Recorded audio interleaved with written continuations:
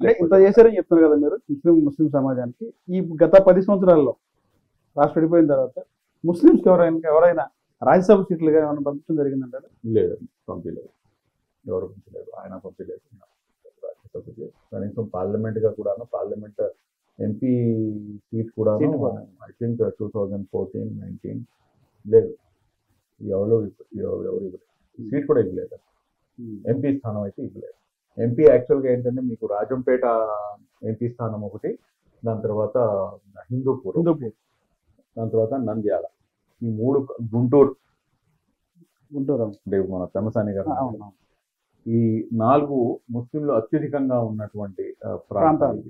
వీటిలో ఖచ్చితంగా ముస్లింలు ఇస్తే కనుక అవకాశం ఉంటుంది. అంటే ఒక పొలిటికల్ పార్టీ నుంచి వస్తే కనుక ఒక సామాజిక వర్గము, ఆ పార్టీ సామాజిక వర్గం ఓట్లు. అంటే ముస్లింలకు ఎంత చేశారని చెప్తారు, అందుకని చంద్రబాబు గారు టీడీపీ హయాంలో ఎవరికైనా రాజ్యసభ సీట్ ఇచ్చారా?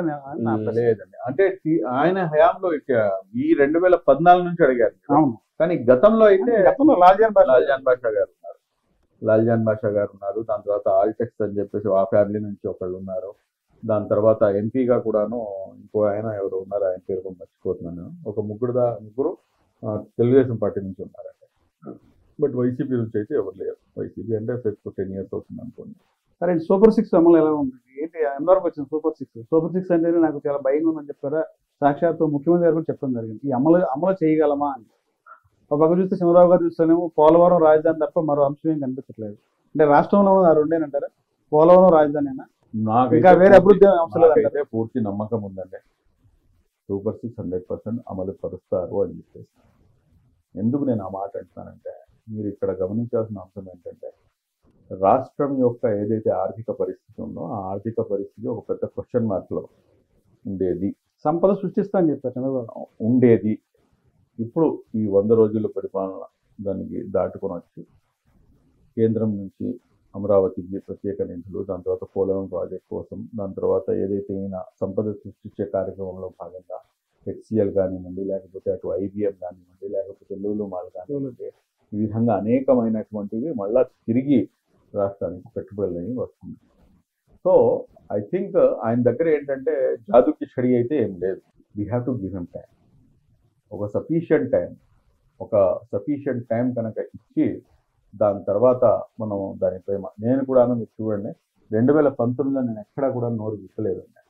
2020 జూన్ తర్వాతనే నేను వెళ్ళడం మొదలుపెట్టాను. దాదాపు 1 సంవత్సరం పాటు టైం.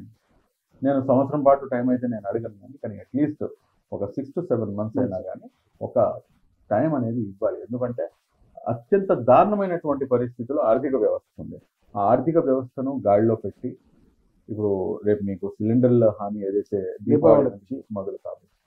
సో 1 by 1 అన్నీ అమలు అవుతాయి, అందులో అనుమానమే లేదు.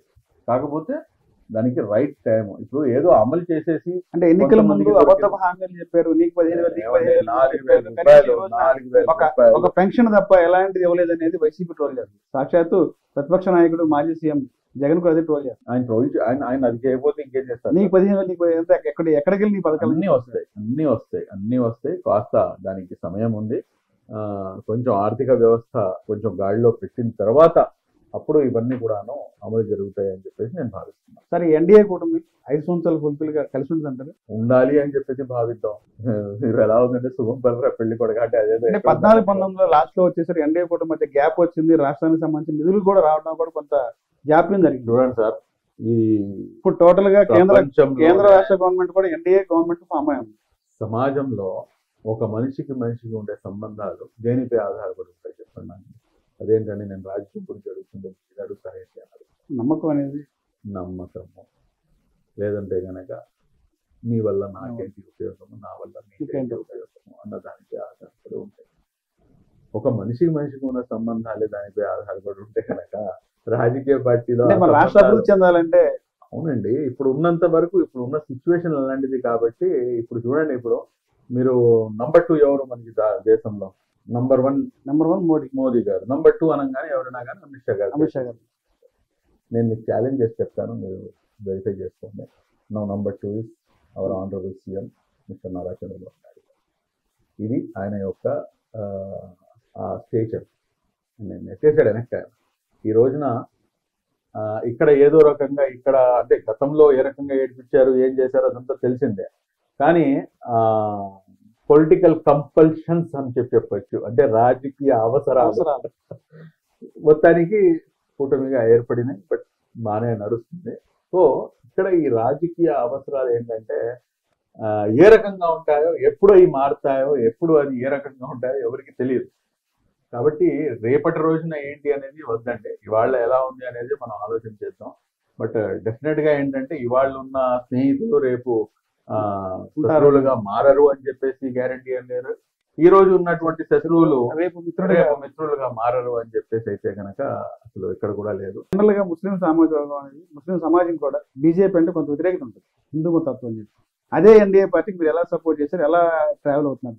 100% ట్రావెల్ అవుతామండి. ఆ ట్రావెల్ అవ్వటానికి గల కారణం ఏంటంటే చిత్తశుద్ధి. ఏదైతే చిత్తశుద్ధి ఒక నాయకుడు ఉండాలో అటువంటి చిత్తశుద్ధి నారా చంద్రబాబు నాయుడు గారిని మాకు కనిపిస్తుంది. ఇప్పుడు కూడా మళ్ళీ నేను ఇంకోసారి రిపీట్ చేస్తాను, 2014 నుంచి 2018 వరకు ఇదే బీజేపీతో పాటు కలిసి ఉన్నారు చంద్రబాబు నాయుడు గారు. అప్పుడు మాకు జరిగినటువంటి అన్యాయం ఏంటంటే ఇప్పుడు కొత్తగా అన్యాయం చెప్పడానికి. అప్పుడు కూడాను ఆయన ఆ డెకోరం మెయింటైన్ చేశాడు. ఆయన ఆ డెకోరం మెయింటైన్ చేశాడు. ఆ 2014 నుంచి 2018 వరకు జరిగినటువంటి అనర్థాలు 2019 నుంచి 2024 మధ్యలో జరిగింది.